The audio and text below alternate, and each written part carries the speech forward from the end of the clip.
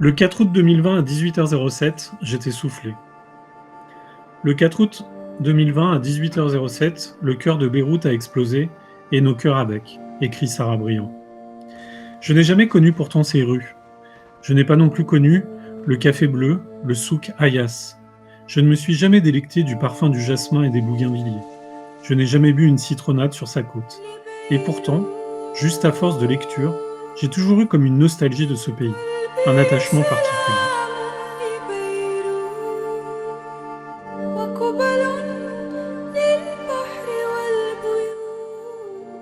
Est-ce la lecture régulière de son plus grand ambassadeur, Amin Malouf, l'histoire, l'accueil chaleureux de ses 30 000 ressortissants pendant la guerre?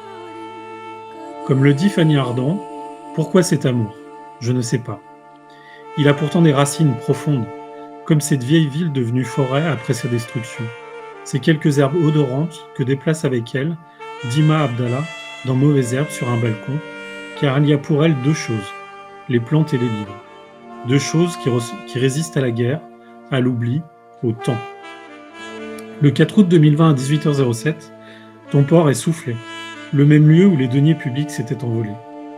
Il m'a fallu lire à nouveau pour comprendre comment ce que j'aimais, sans l'avoir connu, était devenu un monstre littoral.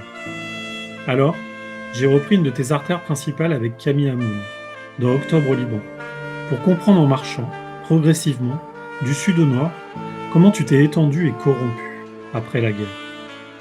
J'ai pris aussi le journal de Sharif Majdalani, Beyrouth 2020, et je lis, de mois en mois, la confirmation d'un effondrement. 76 ans après ton indépendance, quelques décennies après une guerre encore dans nos esprits, quelques années après ces fameuses 30 nouvelles glorieuses de 1990 à aujourd'hui qui n'en étaient pas, difficile de dire comment tout ça a commencé. Mais on en est là. Sharif Majdalani écrit « Cela ressemble à un deuil feutré, presque en sourdine, répétitif, épuisant. » Le 4 août 2020, à 18h07, nous ne pouvions nous résoudre à ce que nous voyions, parce que sans toujours savoir pourquoi, nous aimions ce pays et ses habitants. Pourtant, c'était écrit.